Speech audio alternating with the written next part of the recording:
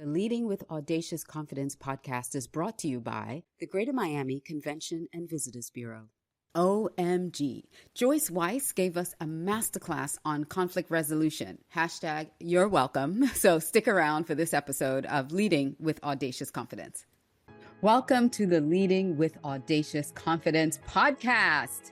Our mission for the show is to support leaders who are climbing that ladder of success with warnings, practical tips, and techniques from leadership experts to highlight not just what it takes to be a leader in this age, but in the process, build your confidence to show up more powerfully in your role.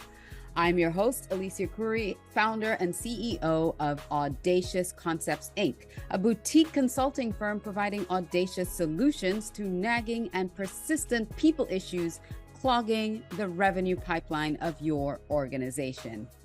From optimizing talent to reducing conflict and improving communication, our brain science, people data tools, and expert coaching help you find the elegant solution to get the job done with more ease and less stress.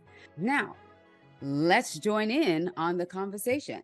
So on our show today, we welcome the queen of conflict resolution here with us today, and it is Miss Joyce Weiss.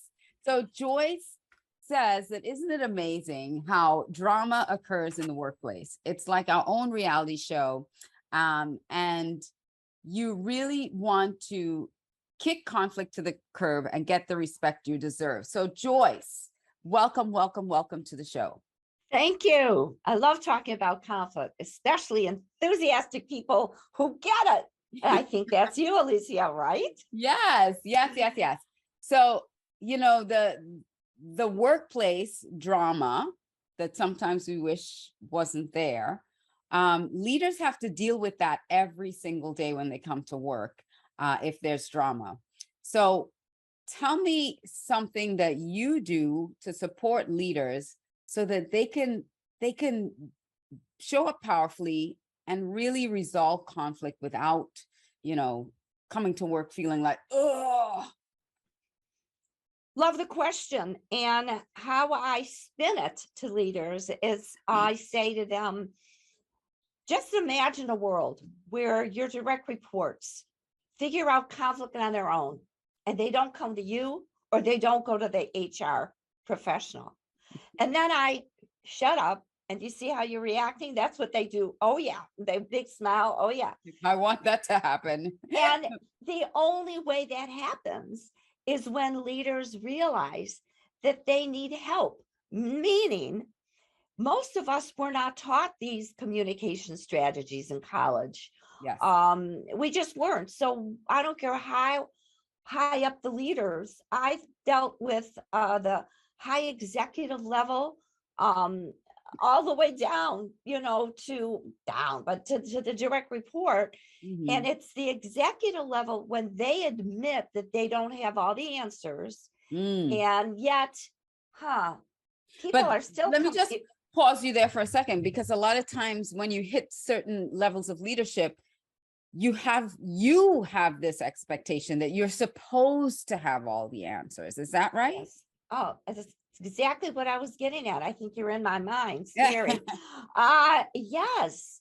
And that's an issue for many leaders because they don't ask for help, because I'm supposed to know it all. I'm getting this salary. I've climbed the ladder. I'm here, whether it's a CEO, CIO, I don't care what the big title is.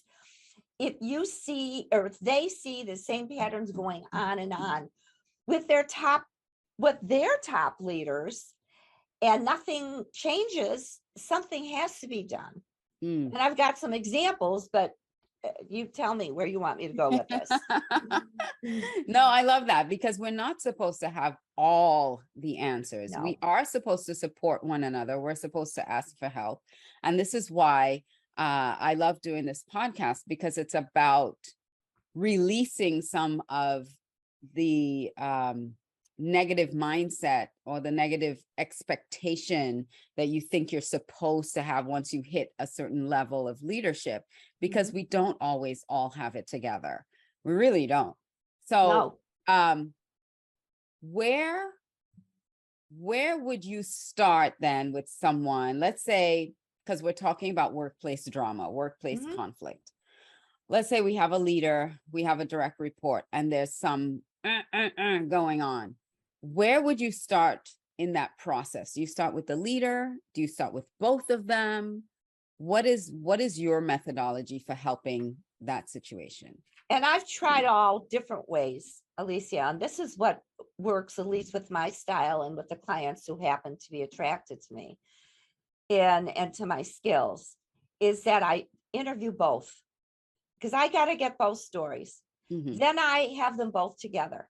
And then I just have them, I ask the same questions, but with both of them in the same Zoom room. And many times it's, are you kidding? Is this what I do? And then I'll always ask the leader, what are you hoping that this direct report and I accomplish? Because by then, the leader and the direct report agreed that they want to have some coaching. So Mhm. then I work with each one of them alone.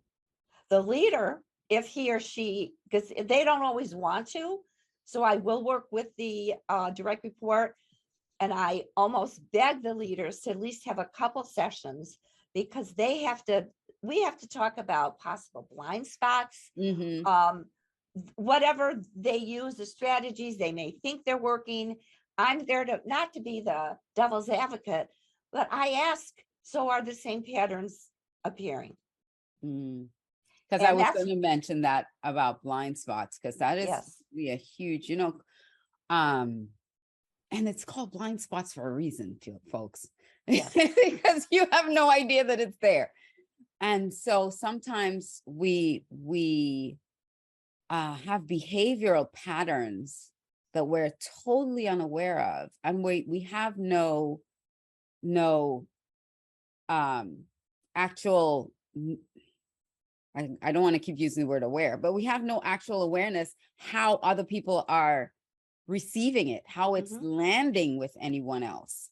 And if we continue to, do that, that's what causes friction and problems. And then, if you keep it as a blind spot, you're always like, well, I don't see anything wrong. They need to change. And Mhm. so both people really do need to come to the table together to hear what Yes. the other is saying. And let me tell you a perfect example that you just brought up. There was the CEO of a huge corporation, global, came to me on Zoom and said, I'd like you to work with a top executive. He has such potential, but he deals with the weeds. He gets into so many details that we all tune him out. We cannot promote him because we can't stand being in the room with him, Mm, but we don't know how to say this. So let's call the top executive Tom. So mhm. I worked with Tom, and the first time, I said, what do you see? How do you see it? And he says, I don't know. It seems like people are tuning me out. And then he went into the weeds with me, And and I stopped. Oh, go on. no. Okay. I was just going to say that's why we do the assessments that we do, so that people can Yes. see when they do that they have this natural tendency to do it, so they can self-regulate, But go Absolutely. ahead. So the coach's role is not to point things out. They have to make sure that they ask the right questions so the coachee realizes it. So I said, Tom, let's stop right now. How do you think this conversation went? And he said, I think I did a lot of talking. And that was the beginning of me saying, do you know about blind spots? Are you ready? Blah, blah, blah. And he was floored, Mhm. and not in a bad way. He didn't realize that that's why at the executive level meetings, they all ignored him. They were tuning out because he went Yep. too far down the rabbit hole. Yes. Nobody And wants this to is a follow top, you. and this was a top leader. This Yeah. this was not the CEO, but a few steps, below that. Pretty So high up there in a like you said, absolutely. in a global organization, which Yes. so that's pretty high up. And Hmm. so the thing about blind spots And conflict is that each other is not seeing their own blind spots. So there's that conflict happening because I fail to notice my own blind spots. I only see yours, but you're Yes. not seeing yours either. So we're No. just battling, and that can really affect confidence. Because if you continue to have these exchanges with people, it's either you start feeling like, well, what is wrong with me? Or nobody gets me, everybody's wrong, right? It's either Yes. what's wrong, you either turn it in or you turn it out. It's like, it's either Exactly. everything's wrong with me or everything's wrong with everybody. So how do you, as a coach, help people understand how to see their blind spots? Well, I have you use the word assessment. There's so many of them. Well, I recently discovered one. It's called the conflict dynamic profile, and it measures how we deal with conflict before, during, and after. So what happens, I have not had one person yet say, that's wrong, it's not me. How did you know? How do you know it's not me? It's such a good assessment. And from doing that, I have people say, no wonder why I'm not getting those results, because I run away from problems. Right. Or then there's the people that I don't even think. I just go, Right. React. They just react. So exactly. that's something that I wanted to ask you. If you had certain conflict profiles, like, how many different conflict profiles are there? They're the escapee that just runs Right. and hides from conflict. Yes. And then there's the, just the reactor that's just always going to, you say blue, the sky is blue. No, it's red. Yes. But they're just looking for some kind of argument. What other types? Are there any other types that you know? Well, but you hit the two most important ones. Then the third one, people don't even realize this until they take the profile, or most people don't, is that we react to conflict and different people in a different way. They're called hot buttons or triggers. So this profile, I just did one yesterday, oh my gosh, to a human resource professional, and it measures all the hot buttons. And anything above, let's say this is the middle, anything above means, oh boy, the whole world ticks you off. She was off the page for almost every single hot button.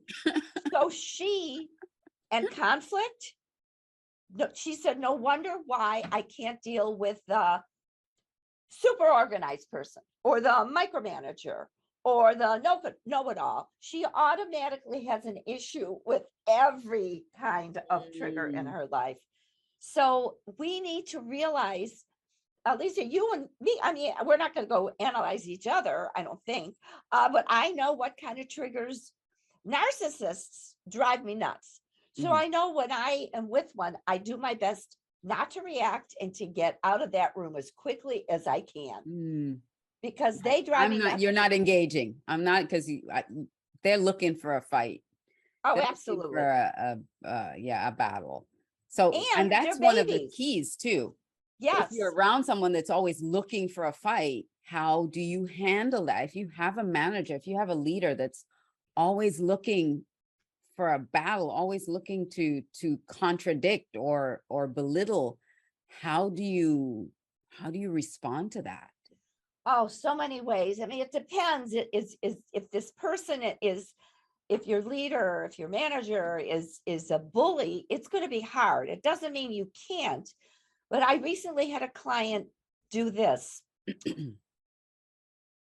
The manager was saying, why do you always do this? And always barking at this person who was more of an introvert.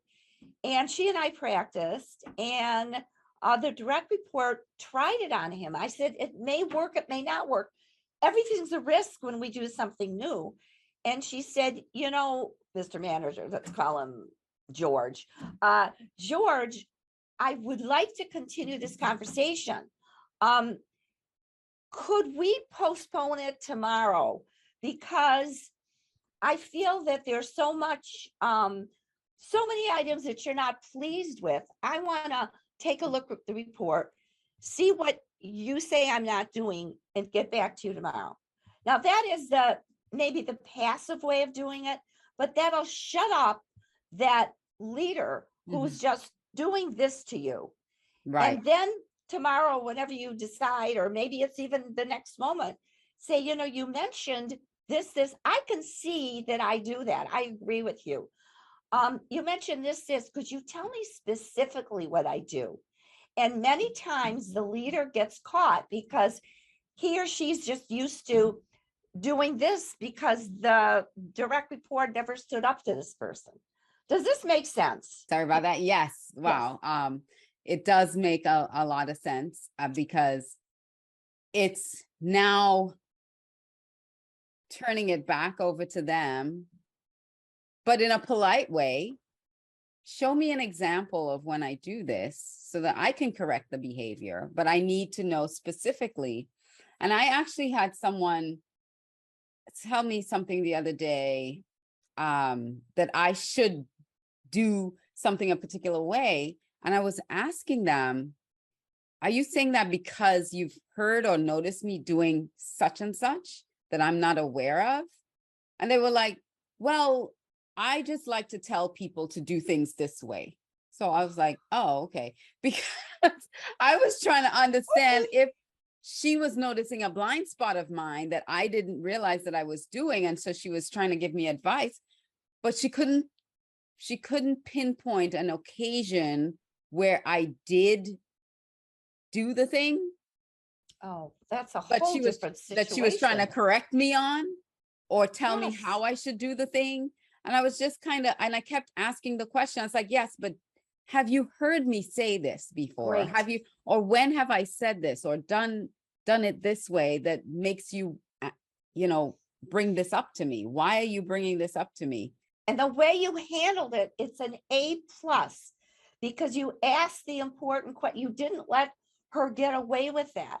And another thing that I didn't get offended either. I didn't want to get offended about her telling me how to do something. I was just kind of trying to understand, well, when have I done it this way?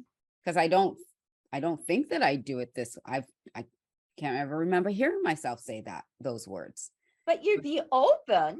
But she asked because she just wanted to talk. Well, this is the way I like people to do it. But it probably had nothing to do with you, is what you're saying. It's just she needed to be the expert and talk. Yeah. And another way, because that to me, it almost sounds a little judgy. And when I love judgmental people because I can handle them now. And that's why I do what I do. I mean, I help transform people from not knowing how to start a tough conversation to feeling confident, that's your word, confident speaking their voice, especially during tough conversations. So when people are judgmental, my clients, I always say to them, start with the word, I'm curious. I'm curious what makes you say that. It's sort of like you did it. You didn't say I'm curious, but I didn't use the words I'm curious, but that's fine. That's good. But it doesn't matter. You still got the point. When do I do that? So I'm curious. You say I do this. It would help me. So you're not pushing. It would help me to have an exact example.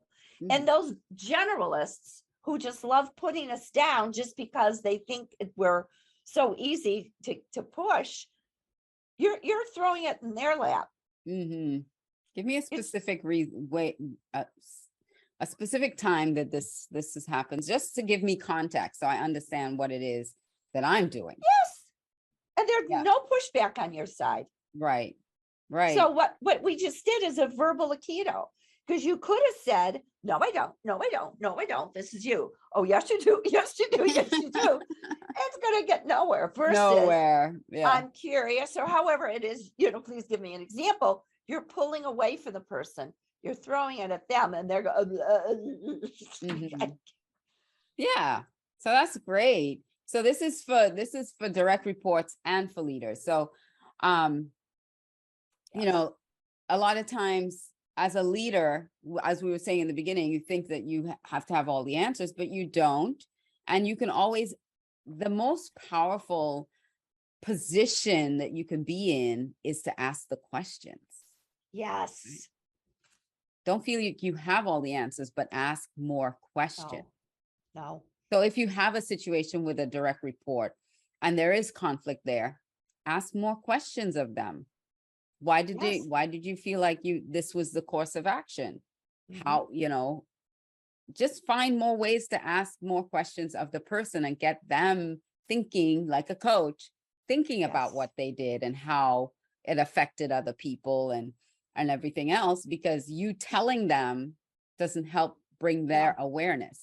Like you said, they can either recoil and just thought, oh, I don't, and put up a barrier, or just asking the question invites the conversation more. It invites the conversation, and it invites the person, the direct report, to tell his or her story. And it's up to the leader not to allow this to happen. If the story is all blaming, then the leader has to actually stop and say, Alicia, I hear your story. I want to know what happened right before, during, and after. Let's get everything together. So I hear the whole story. And right now it sounds like you're feeling like a victim, which I get. Let's move beyond that. I know this is deeper coaching conversations, but this is how leaders can learn.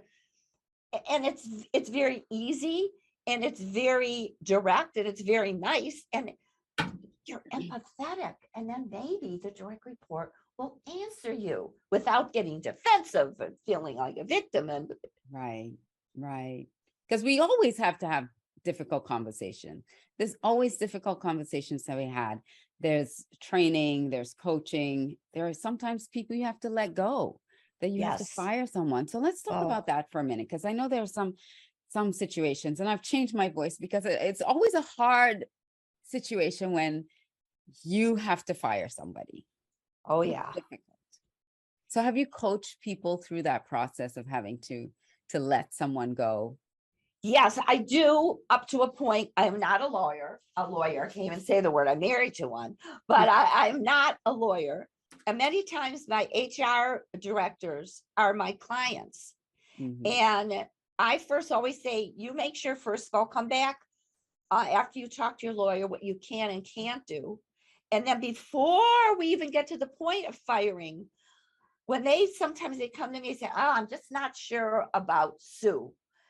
Whether we're going to let her go. Before you let her go, do the important work. Start documenting. Make sure that you don't have a yearly review, but if you've got somebody that's on the edge, hey, we need to talk about this and this. This needs to change, or we need to go to the next step, or you just don't fit here.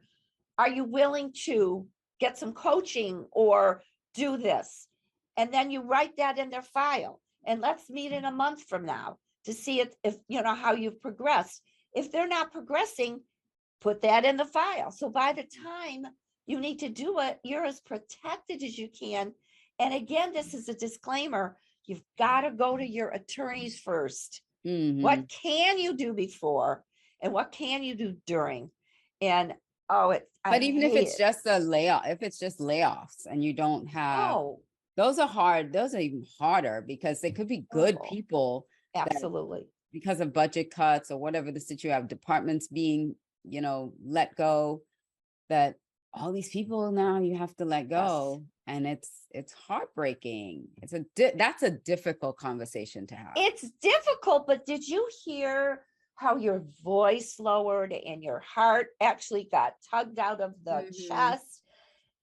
When one has to let someone go, not fire, but if it's the whole department. It has, like you said, it has nothing to do with with the their performance or productivity them, or right? no, then you got to put your heart there and see what you can do for that person. Yeah, and I think that's the best thing. Oh, When companies really want the best for these employees, and yes, they do whatever they can to make that transition a little bit lighter with different severance packages, and helping them absolutely. find another job, or doing exit interviews. Did you like your position here? How can I help? Do you Yes, need recommendations, references? there you I'm go. here for you, things like that. So even though it is a difficult situation, there you have to find ways to bring the positive into it. And Make make it a win-win, it win-win. meaning not that I'm letting you go, sorry, no money for Life your sucks. department, life Right? sucks, deal with it, Deal with to, it. which they've been told that, Yes. versus what you just said. What do you need from us to help you with this transition? And then you throw in, like you Mhm. said, recommendations. I could even refer you to someone, or because I actually had a CEO of a credit union say to me, do you know of anybody who's good in oh my God, I forgot what the title was. Let's say HR. That day, I just met someone from I'll say it because it's not in business anymore, Radio Shack, who was an HR director. And this CEO from the credit union lived in Ann Arbor, Michigan. This HR director lives in Ann Arbor, Michigan. I put them together. They're still working. Wow. So this is what can happen. The Hmm. person who's letting go that really star probably isn't just going to say goodbye, deal with it, have a good life, we'll call you. But let me do what I can for you. And the And that person goes, being let go, you need to also come to the table with what it is that they can do for you too, because if you can give suggestions, can we connect on LinkedIn? Can we stay connected on LinkedIn? yes, Can you write me a recommendation on LinkedIn? Can you do certain things? So, also coming with some ideas yourself of how they can help would also soften that a little bit too. soften it. And you're all about confidence. You're all about audacious How you show confidence. up powerfully, because that's the episode. How do you show up powerfully?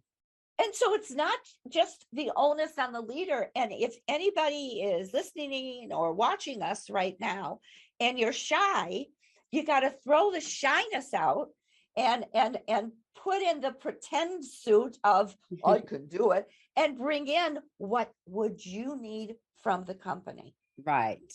Have a list of what you need too. If you know Absolutely. layoffs are coming, certain things are happening. If you and this leader, even if you didn't get along, because sometimes you may not have always gotten along, but you respected one another, and both of you did Yes. good work. You both did good work, and you both had respect for one another. Yeah, you Mhm. weren't, spending the weekends together or whatever, but Good. come prepared with something as well Yes. to say, you know Yes. what, this is how this is what I would need. Can I get a recommendation letter? Can I get some, if Mhm. I don't get a job in 2 months and then I get an interview, can I still reach out to you for, if they ask me for recommendation, can I still reach out? Just keep those lines of communication open on both ends. Yes, you've got to know your needs. You've got to Mhm. know your needs and express them. Otherwise, then Absolutely. it is internal. You get depressed. And even though you know it has nothing to do with you, you still think it has everything to do with Everything to you. do with you, right? It can absolutely turn on the inside of you again. Yes, And it can be all about you. Yeah, the whole company let 500 people go just to let you go, right? exactly. Yes. Why are you questioning that? Of course they They, did. they Yeah, needed yeah. to get rid of you so badly. They got rid of 499 500. other people because they couldn't deal with you anymore. But they do, but people, and I'm not saying we all do this. You Yes, take things exactly. so personal. You take things so Everybody, personal. even the the host leading with audacious confidence, and even the queen of conflict resolution.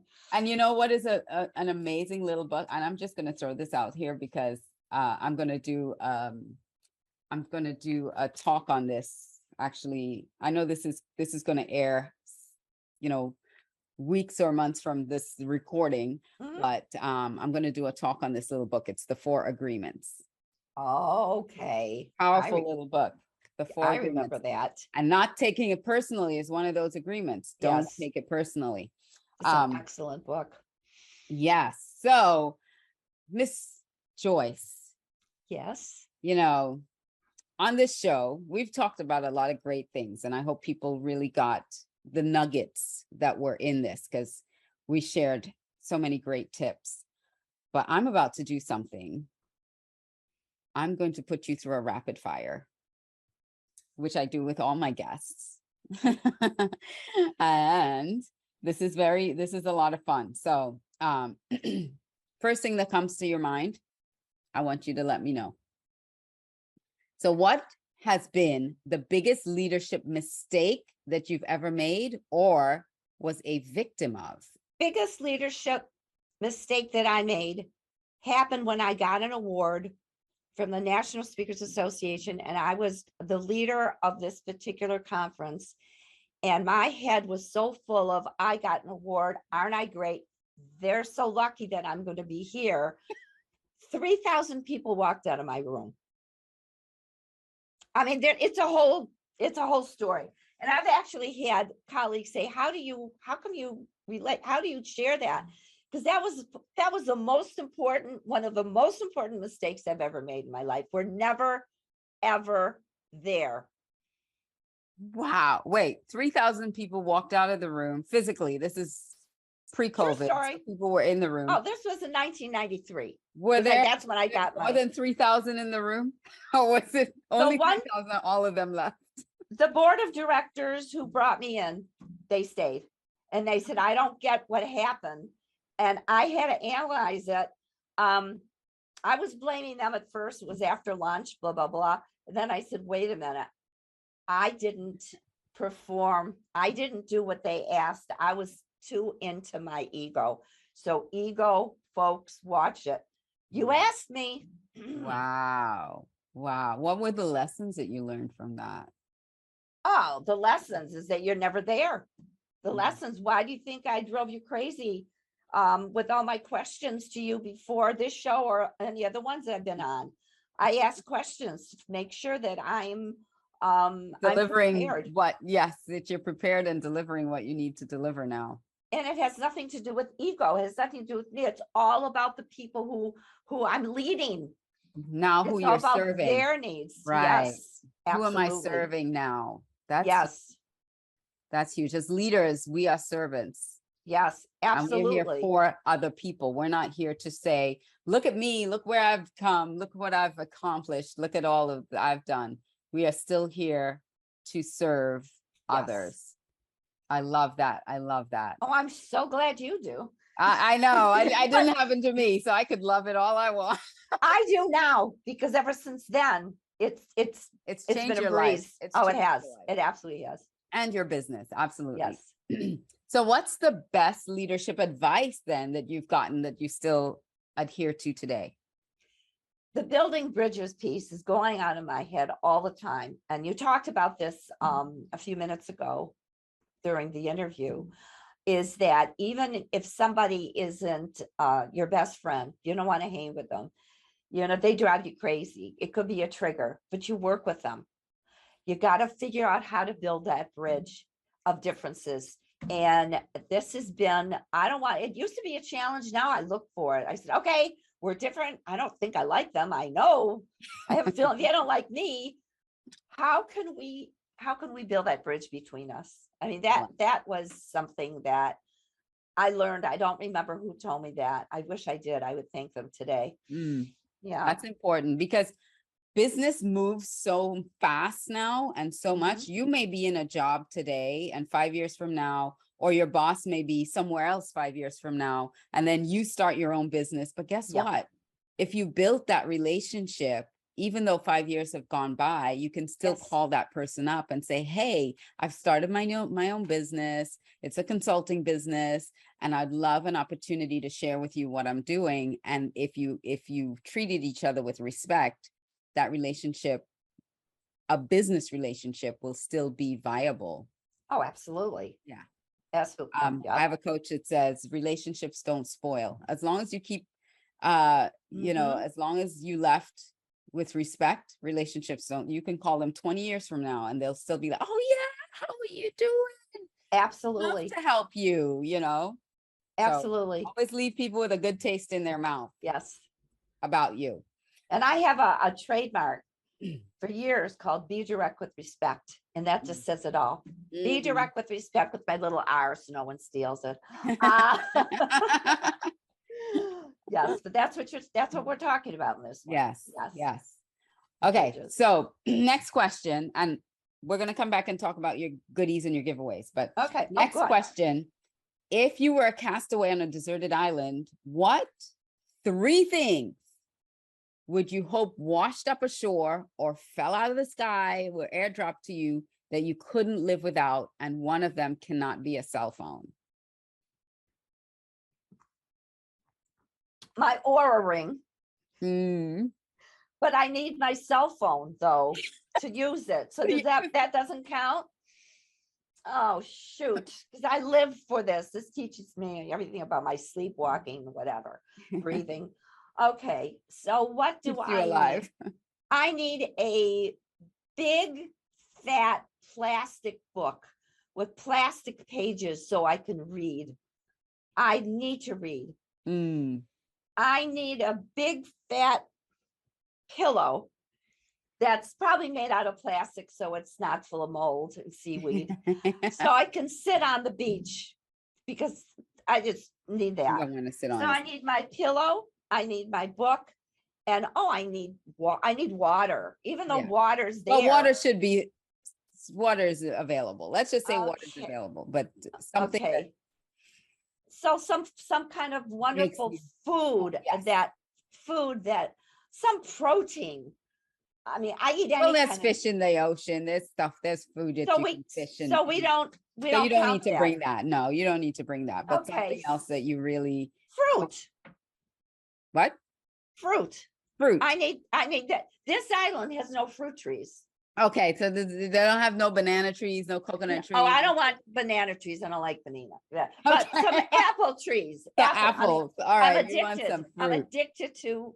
So maybe Johnny Appleseed in a can, and Johnny, I can plant and make your own apple tree. There we go.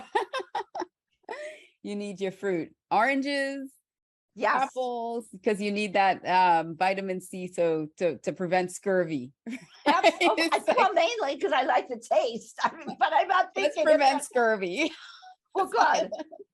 Next time I'm asked that question, I'll say, to prevent scurvy, I need Yes. fruit. I need fruit to prevent scurvy. So I have 2 more. If you were a song or a song title, what would it be and why? Oh boy. Well, the first thing that comes to my mind, the Stones, the Rolling Stones. You can't always get what you want. Oh. That just came to my mind. All the goals that we set, all the actions, that still is no guarantee. You put a little post-it note, I'm going to lose 5 pounds. You ain't going to lose 5 pounds, and maybe you won't get that goal. Maybe you'll gain 5. Maybe you, oh God, this is not supposed to be a depressing show. Yeah. All right. So you can't always get what you want, but you Yep. get what you need, Yes. right? Yes. Boom, boom, boom, boom. Get what you need. So last question. What are you reading now? Or what are your top 3 favorite books? You said you wanted books on that island of yours. So what are you, either what you're reading now, or what are your top 3 favorite? I know one of them is behind you. Yeah, we're going to talk about that one right at the end so people can know about it. Well, yeah, this is called Take the Ride of Your Life. And I actually do read it every summer It happens to be written by me. Because I have to be reminded of my own words sometimes, because sometimes doubt comes here in my mind. So yeah, it's definitely one book, and I'll tell people a special deal at the end, a VIP deal.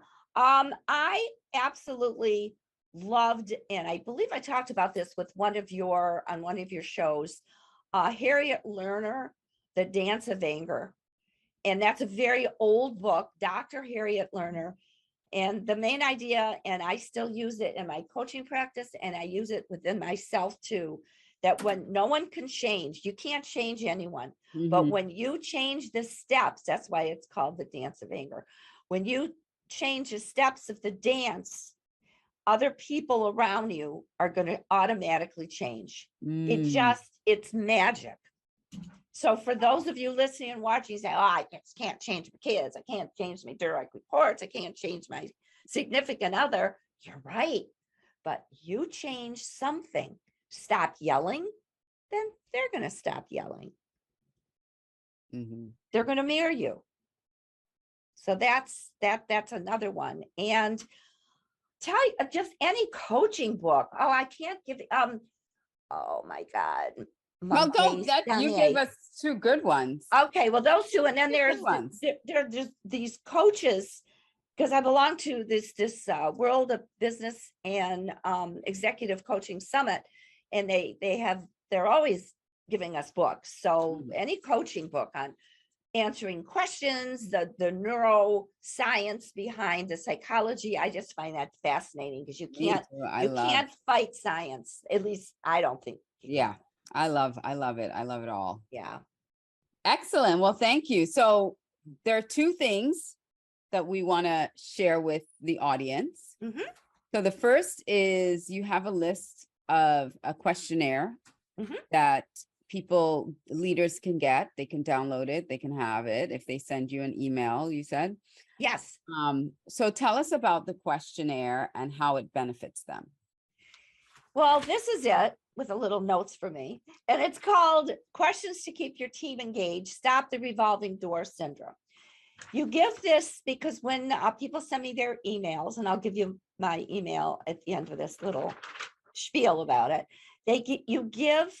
leaders give this assessment survey to everyone in the company, and then no one writes their name, and then if people like coming to work, if they can make mistakes, if they can speak their minds, if their department, it gets the respect it deserves. I mean, all kinds of questions. There are 11 questions, and it's free, and all people have to do is send me an email, Joyce at joyceweiss.com. And I'll just write it down. And you just say, send me the questionnaire. That's it. And if they have a question about leadership, the email costs them the same amount of money, right? Just .com. Just, so Joyce at joyceweiss.com. Can you see that? Yes. Okay. Joyce at joyceweiss.com. Okay. So that's number one. That's number one. And we just created it, and I'd love to send it, because people, obviously I tested it, and my leaders love it. Nice. And the other one, we just put this VIP package together, and again, send me their email and I can give the exact details. What happens is people get 2 of my books, and it's called Take the Ride of Your Life, Shift Gears for More Balance, Growth, and Joy. It's an easy read, summertime, look at the colors. It's a great summer book. They get one for themselves and another one to gift to someone. And when you order them, you would tell me exactly who to autograph the books to, and you could send me your email, then I could send the link. And what happens is, instead of $44.95, they get 2 books for $24.95, and that includes postage, the envelope, which is handling shipping and handling. text. Yes, everything. Yes, shipping and handling, and So it's really a good deal. It's a good deal. $24.95. You get 2 of the books autographed and Yes. sent to you. So just send an email to joyce@joyceweiss.com. Let her Yes. know you would like the books. Let her know you'd like the questionnaire. And Joyce is a terrific friend of the Red Carpet CEO, over here where we produce. She's been on every show that we got almost. I think there's one more that she hasn't been on yet, but she'll be on. But she's Yes. she's just terrific. Look her up, connect with her on LinkedIn, Joyce Weiss, Weiss. Connect with her on LinkedIn if you want to know more about conflict resolution and leadership development. Check her out. She does her leadership development style is a little different from mine. I don't believe in competition, only collaboration, only supporting each other's businesses. So don't feel like, oh, why is she telling everybody about her? Doesn't she do good? Yes, I do leadership development too, but there's enough of this pie for everybody. So absolutely. And we do it differently. And Alicia, and I know I thank you very much for those kind words. I accept them graciously. And I want to let you know, and obviously viewers and the listeners who know you, they're going to say, yeah, Joyce, tell me something new. But I'm on the edge of my seat every single time we have an interview. I never know what's coming from you. What's coming out of this mouth? How am I going to handle it? But somehow you make it so easy for guests to feel comfortable, because sometimes I'm on shows and my body language, I actually see me going like this. And I said, no, don't do that. Don't do that. So thank you for being such a, I don't want to say easy, that sounds terrible, but in a way, very comfortable host, making your guests feel at ease. And the questions, wow, those rapid fire questions is, what is this? These were not rehearsed, folks. Not at all. I throw these at you.